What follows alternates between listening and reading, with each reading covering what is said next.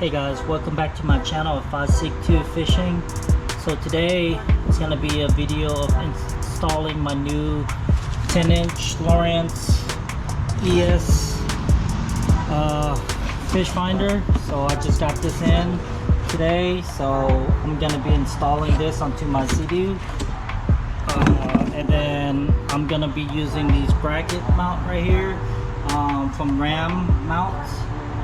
I'm going to be installing that right here onto my Sea-Doo, so it's going to be facing towards that direction right there. So today's video is going to be the install of that new Lowrance 10-inch monitor that I just picked up. It's going to connect it to my Lowrance motor, trolling motor, so I could see the display and control it through this Lowrance 10-inch monitor. I will be connecting the Lowrance to here to my trolling motor, and then okay guys, stay tuned.